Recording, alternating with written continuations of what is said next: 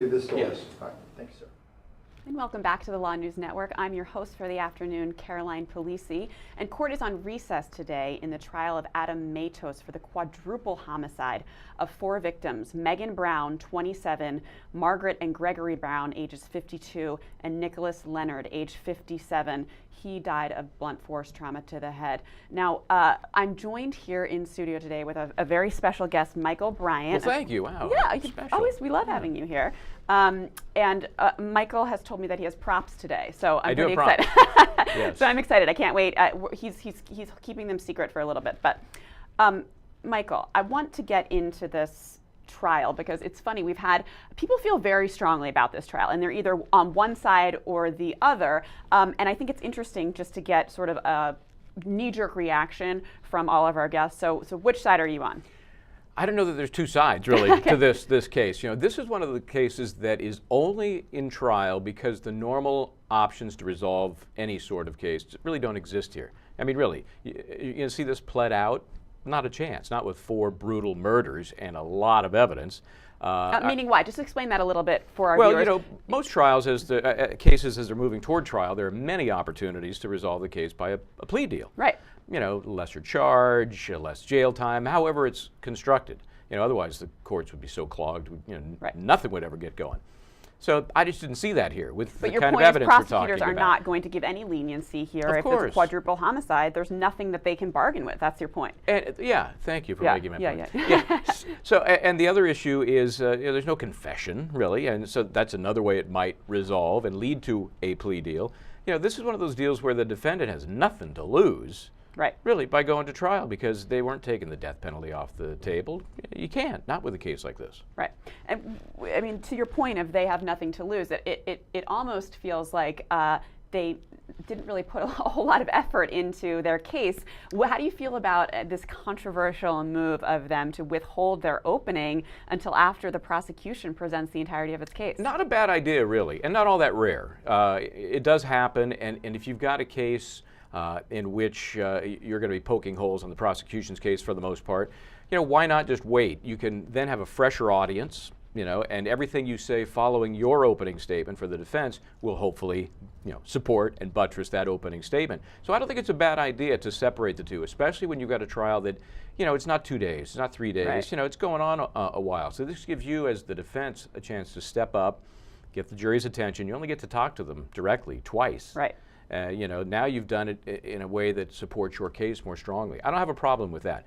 The lack of cross-examination, interesting. Some of the cross-examination that they've gone into, to me, has been more lengthy than it should have been. You know, cross-exam should be surgical. Right. You know, you're in, you hit, you stick, you move, and you're done. You make your points. For example, with any of the people that have testified to the manner of death and all, I'd ask 2 questions. Does anything you've learned, anything you've investigated, how long have you worked on this, how many hours, how many reams of reports, anything at all tie my client to this crime? You know, is there any forensic evidence? Is there any DNA? Anytime when you have a DNA expert that says, no, we don't have any matches, reinforce that and then sit down. Right. So what's your issue? You think they've been sort of drawing it out, sort of muddying the waters too much? It's just odd that they either don't cross-examine anybody. Right. And that's appropriate at times. Which we saw early on in this case, which, you know, I don't knock them for that because many of these witnesses, character witnesses or what have you, they didn't do anything wrong. So, you know, it's never a good idea as a defense attorney to come out of, you know, guns blazing, if you will, because the jury stops liking you. You alienate the jury, they get mad at you. Right. So I have no problem with specific witnesses not saying anything. You know, if you can't ask 1 or 2 questions, make your point and sit down, that's fine, I get it. But on these folks that they've belabored some of the blood evidence, I mean, how much do you want to reinforce with the jury that this was a grisly crime scene? Right. I don't want to do that. All I want to do is point out that nothing directly ties my guy to that. You know, you don't have his fingerprints there. You don't have his DNA. Yeah, he lived in the house at some point. That's not directly blood-related evidence. You know, get in, make those points, and sit down. I don't want to belabor it so the jury can be, you know, inflamed even further that this was horrible. Right. So what is your defense if you're the defense attorney here? You know, I don't think there's, I mean, the fact that he's not directly connected, obviously, it's all circumstantial evidence is your best ploy, but it's horrible. Right. You know, there's so much circumstantial evidence that paints this guy as some sort of Norman Bates-esque character. You know, he's living in the home with 4 dead bodies, and maybe his son is there too. It's a little fuzzy about that, but seems like he was, and the dogs, and it just had to be a nightmare inside that house for a number of days after the crimes were committed. So is this some sort of mitigation that they're working on toward the penalty phase, that they're really giving up in terms of, whether the guilt phase is going to help their guy or hurt the guy? I mean, who knows? You got one jury member that somehow likes him, somehow thinks he's, misunderstood. Attractive, remember one of the jurors? I'm telling you, I did a so 1 month trial once, and afterwards we had a chance to talk with the jurors, and so you're asking, you want to learn for your own purposes and for your client what worked, what didn't work. A couple of the jurors, young women, were more fixated with what the plaintiffs, I was on the defense side, the plaintiff's attorney was wearing on a given day. So it doesn't surprise me when those kinds of observations weigh far more heavily than they ever should. So you're right. I mean, who knows what's going to get in one juror's head? But I am interested in this theory of the defense sort of giving up on the penalty phase of this trial and sort of looking ahead, giving up on the guilt phase of the trial and looking ahead to the penalty phase, because we know in death penalty cases, they're bifurcated trials. First, the jury sits simply to render a verdict of guilty or not guilty. It's thereafter that they go into the decision-making mode of whether or not to give the defendant life in prison versus the death penalty, and certain aggravating factors weigh in favor in that case, in that phase, and there are different sort of evidentiary standards, different things that can be brought in the penalty phase. So do you see, how could the defense lay the groundwork for the penalty phase here if they essentially give up on the guilt aspect? I think following the course of the prosecution's case just makes you wonder what's wrong with this guy. I mean, I think a mental deficiency is the best argument, just based on common sense. Does a person who's normal, who's in the right mind, do the things this guy's allegedly done if he's been in the house with these bodies for a period of time, let alone having murdered them? That just makes no sense. I mean, it goes far beyond consciousness of guilt. It's just odd behavior. And I think just by following this case along, the jury's going to get a sense that something's wrong with this guy. And again, it's for our viewers, it's not an insanity defense. They're not trying to say that he's not guilty by reason of insanity, but we're talking about potentially laying the groundwork for the jurors to maybe have a soft spot in their heart for this guy. And not kill him. And not kill him, not put him to death. That there would be some mitigating factor here at play as to say, look, this guy's not in his right mind. He committed the crimes, but we should not put him to death. So if I'm the prosecutor, I'm grabbing that and saying, this is how sick and twisted the guy is. Not mentally off, but so cold-blooded, so cool and calculating. Not only did he commit these murders in some fashion, we're not sure exactly how they all played out, but he was there, he was in the house. That's a guy that doesn't care about anybody but himself. And it doesn't deserve to live. It's hard because those two tactics are sort of diametrically opposed, in terms of how the defense is going to put forth the evidence. Either you completely say, wasn't me, it was this. What do you think of the soccer theory? Talk to me. Oh man! I mean, if you got to throw stuff against the wall, okay? And the would-be stalker. I mean, really, is this woman? Let's assume she comes to the home at some point and has an altercation with, I've killed somebody now, I guess I have to kill everybody else in the house. I mean, it just makes no sense. If we were talking about one body, one murder, then at least you got a shot. But you'd have to have a pretty malleable juror, I think, to believe that she brings the reasonable doubt that's necessary. I wholeheartedly agree with you. Look, we haven't seen sort of the evidence. We haven't seen what the defense is going to put forth, but I do agree with you. Take us through that evening. We have a timeline for our viewers that Aaron Keller did sort of a deep dive into the evidence in this case of the night that the prosecution is alleging that these murders occurred August 28th. We heard some conflicting testimony throughout the course of this week about an ear witness hearing gunshots, which kind of threw off the prosecution's theory in terms of the orders of the murders that took place. I'm not so sure it really matters. What's your take? I think you're right, ultimately. But jurors and anybody who's listening to this story they want to make sense of it. How did all those things happen? We know the mom left the Wawa 11:30-ish. By some accounts, as if she had to take care of something, she was kind of agitated and hurried. But we know she didn't die by gunshot.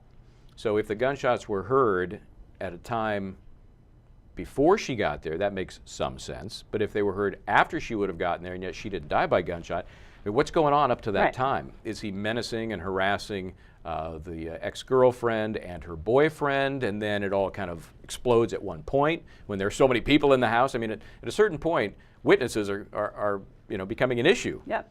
And we just don't know how that all played out. Right. There really isn't a clear picture. Also, what's fascinating about this case is that it's not all the same cause of death. As we were talking about earlier, some died by blunt force trauma to the head, some gunshots. So what do you think happened? I don't know. There? I mean, do you begin with the gun and you run out of bullets and you go to plan B with the hammer? Who knows? Maybe it started as a less intense altercation. He grabbed a hammer that was nearby and then it escalated from that to gunshots. Don't know. Right. My issue in terms of, I come back to the premeditation factor here. And so I think, like we just saw, in the case of the Yesenia Suarez murders, sometimes the prosecution chooses to charge first degree and second degree murders that happen at the same time. It seems to me like potentially you could make the argument that potentially one or two of these murders were premeditated and the other two were not. They were witness cover-ups. They were at the scene of the crime at wrong time, wrong place type of thing, because you do have this sort of mix of murder weapons, which is confusing. And you get to the question always there, how long does it take to premeditate? Right. Is it like that? Is it a week? Is it an hour? Is it a day? If witnesses came along after the original murders, how long does it take him to formulate, that I've got to kill these people? And it's not a rash snap judgment. It's a calculated move. So I understand charging for both and going for first degree. So early on in this case, we heard the 911 call from Megan Brown. It happened that evening. She had been out late partying with some coworkers. I think she returned home around 5:30. She makes a 911 call a little bit after 6 a.m. and that was played for the jury, and it was quite shocking. She describes being held against the wall with a knife to her throat by Adam Matos, the father of her child. How do you think that evidence plays in here? I think it's obviously very powerful, and it's sad, because had the officers done something more than they did, maybe we wouldn't be here talking about it. I don't blame them, because they're in a no-win situation there. Florida is not a state which requires a little more affirmative response to domestic abuse or domestic altercations. So they didn't have to step in and remove one or both of the combatants. They evaluated the situation, decided to handle it as they did. So there must be, for every case like this, hundreds of domestic dispute cases that just kind of fade away. And the cops, of course, are never applauded for resolving those the way they do. In this case, the fact that they didn't step in and do more makes it look like, well, had they done that, we wouldn't be here. So it's a tough call. Same issue in the Lewis Toledo trial, of course.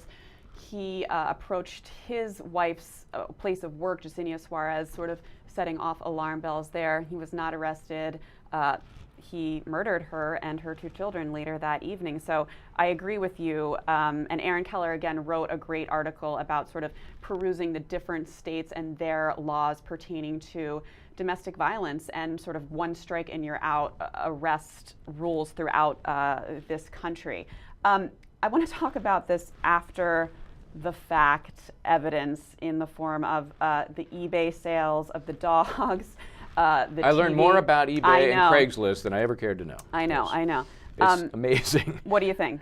Well, that goes to the whole specter of not in his right mind. I mean, the body is literally. Or is it? I mean, is it really not in his right mind, or is it just he's dumb? He's stupid. He didn't. You know. I thought about that too, and I'll tell you about one nugget of info that made me think maybe he's not so stupid. And that's when he was visiting with the neighbors, and out of the blue, he asked whether the guy has surveillance.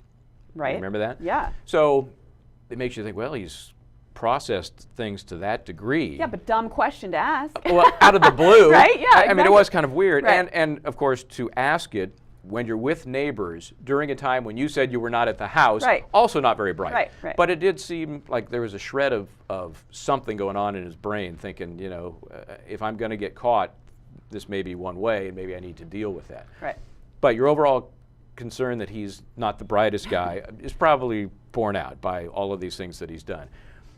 But the bodies are, they're almost still warm in the house, and Yeah. he's selling off the dogs and the electronics, and it's. I don't even think that's consciousness of guilt. I think that's just bizarre behavior. Totally, absolutely. I want to take our viewers back to the testimony of Deputy Thomas Smith right now in clip 30, and we'll talk a little bit more about that, Michael, when we get back. Also, we have a very special segment coming up for you in the next hour about Harvey Weinstein. Some new bombshell allegations. A new New Yorker article came out this week by Ronan Farrow alleging that Weinstein used private intelligence agencies to seek to silence his accusers, including Kroll, Black Cube, some explosive and really sinister stuff. Also, Cy Vance is rumored to be seeking an indictment as soon as this week. So Michael and I are going to break it all down for you coming up, but take a look at some more of the Matos testimony. Based on your experience, you believe it to be blood? Yes.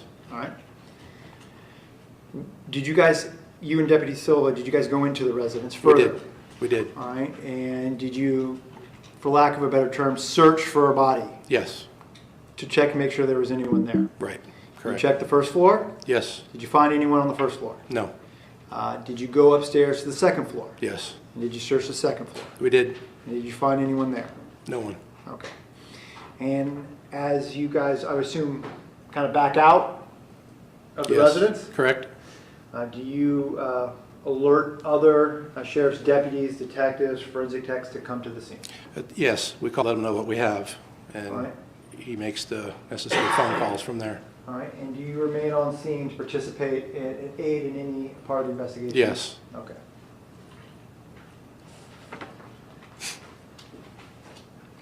You have a moment, Your Honor? May?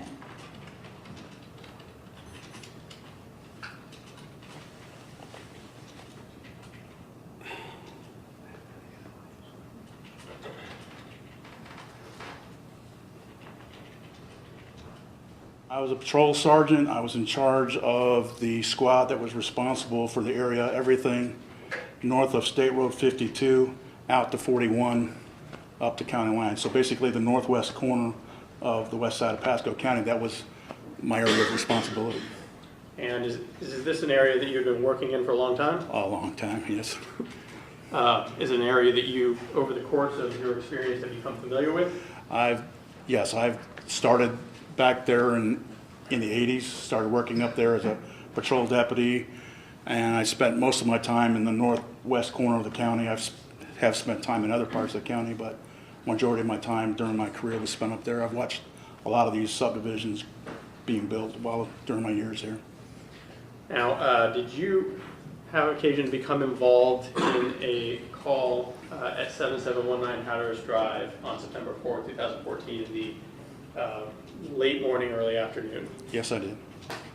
And by the time you got involved, were there lots of law enforcement officers with the sheriff's office getting involved? Yeah, I was a little bit late getting there because I was involved with another incident out on 41. So by the time that I drove there, Deputy Silva, Deputy Smith, Lieutenant Troy were already on the scene when I got there. Okay. And being a sergeant in the area, did you get information from other deputies about what they knew so far, or what the situation was? When I arrived, I spoke with Lieutenant Troy. He had already taken over the scene as the Lieutenant Troy was responsible for the whole north side of the county. He was my supervisor. He arrived there before I did. He had already set up the crime scene with Deputy Silva and Deputy Smith set up the crime scene and filled me in basically on the nature of the complaint that we had, the information that we had at that point. Okay, and in terms of setting up the crime scene, can you just give the jury a little idea of what that involved? Basically, they have to determine how big the crime scene is that they want. Once the supervisor usually decides that, it's basically putting up the yellow tape that you all seen on all the different shows It's just a matter of how far we want to go. We try not to block off the main roads where people have to drive, but if necessary, that may be included. But that's what by the time I got there, they were already stringing up the crime scene tape basically around the perimeter of the lot of the residents at that location. Okay, and based on the nature of the call and the information you had so far and your familiarity with the scene, did you decide to drive anywhere to attempt to gather any information? Yeah, after the suspiciousness that of the nature of the scene that we had there, I decided to take a ride north along Old Dixie Highway. It's basically an undeveloped area, wetlands and fields, a dirt road just north of the location. And I decided just to take a ride up there to see what I could find. And at that time, can you describe, as you travel from Hatteras Drive north on Old Dixie Highway, kind of what you encounter ultimately? Basically, when I was driving north, I was looking along the sides of the road. Mostly it's blocked, so you can't get off the road. I was looking there are a couple trails to see if there's been any recent traffic showing that somebody may have drove off back there. As I got towards the end of where the road is blocked, there's a large berm blocking the road, so I couldn't travel any further. I had my windows open, and I smelled the smell that, basically smell of death, basically is what it is. Okay, and at the time there was a big berm, so it was not possible for you to pass with your vehicle. Yeah, I could not drive any further north on that road. And in terms of at that berm, is there an electrical substation on the right, being the... As I'm facing north, the electrical substation would be on the right, yes. So that would be the east. Correct. Of the road. And in terms of electrical substation, are there employees or people that have offices there that regularly moving to and from this equipment? Sometimes there's equipment parked there as they need it, but it's not one of their regular offices. They would show up there, I guess, and do repairs or maintenance on it as needed, but it's not a regular office that the power company would use. Now, you described this smell, and you're still in your patrol car, and you have your window open on the road. That's correct. And you can still smell the smell? Yes. Now, you were a law enforcement officer for a long time. Is this a smell that you had encountered before? Numerous times. And is it a smell that you had become familiar with through all those different encounters? That's correct. And over the course of your law enforcement career, have you come into contact with many decomposing bodies prior to this? Yes, I have. And was this smell consistent with that? Yes, it was. And did you have an opportunity to get out and investigate further? Yeah, I parked my car, called dispatch, let them know that I was where I was and I was getting out of my car. Like I said, didn't seem to be anything over by the substation, so I walked to the west side of the road, and it seemed to be getting stronger. And then I continued to walk and followed a little trail through the grass there until the smell got very strong, and then I was able to actually see the bodies. Okay. And in terms of distance off the road, how far are we talking? Approximately. I would say off the road, less than from here to the back of the room. And was this something that was obvious from the roadway? Is this something that you could look to your left and look, I guess, to the west and see? Or did you have to actually get out of your car and get around some brush? Yeah, if you were just driving down the road, or if you just happened to stop there and look around, you would not have been able to see it. If I hadn't got up and got out of my car, walked back there a little ways, I'd have never.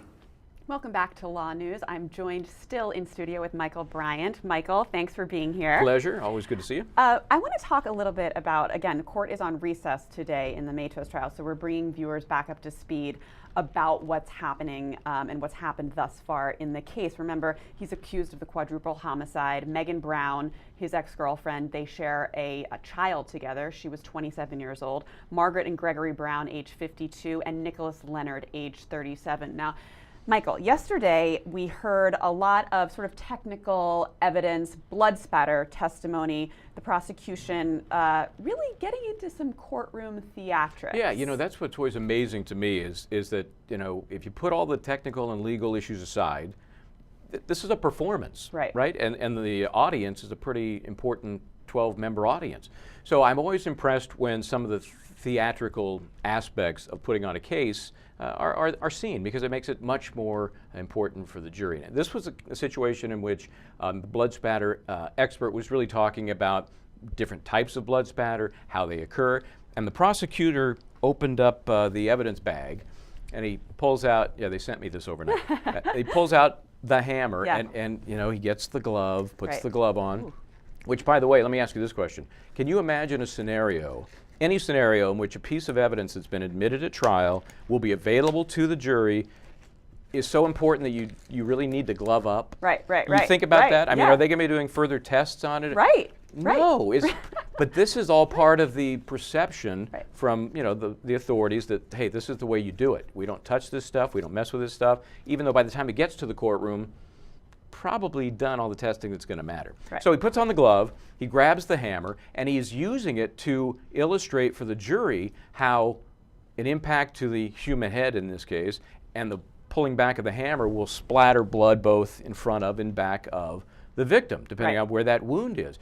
Great drama, great theater, and you know, I think it makes the point, painfully so if you're the defense, because you know, it's just brutal. I mean, is there any bigger theatrical moment than, you know, putting the glove on in the OJ case? Right. I mean, that's just the way it is. That was the fatal flaw of their case, right? I mean, that, you know, and then you give Johnny Cochran something to rhyme, and then you're done. Exactly. Wow, I'm scared just sitting here next to you. Is now. it me? Is it my hammer? I swear I've hit nothing more than a nail. No, but it's a great point. It's a great point, because oftentimes, you know, judges try to keep out overly prejudicial things in a courtroom. Of course, we always talk a lot about the balancing of prejudicial versus probative, but in that instance, the prosecution really struck gold, because that's a probative illustration, right? Because that's going to illustrate for the jury exactly. I mean, I sort of understood it better just seeing how you would, I mean, when you get into forensics and scientific stuff like this, sometimes you need a presentation, but it's also quite prejudicial, because you can almost see Adam Matos, you know, as the face of the prosecutor holding that. And that's where they would have drawn the line. Right. If we would like the defendant to step up and hold this hammer, no, that would not have happened. Absolutely. But, you know, they kind of got a slam dunk, a double punch there, with not only the probative value of this sort of illustration, but quite prejudicial against the defendant. No doubt. I agree with you. I want our viewers to know that we're going to be talking a little bit about Harvey Weinstein, and that's coming up for you. Michael and I are going to break it down. I want to throw to AM 32. It's Keith Bennett, a detective. Last bit of testimony we're going to play in the Adam Matos case, and when we come back, we're going to go into our special about Harvey Weinstein.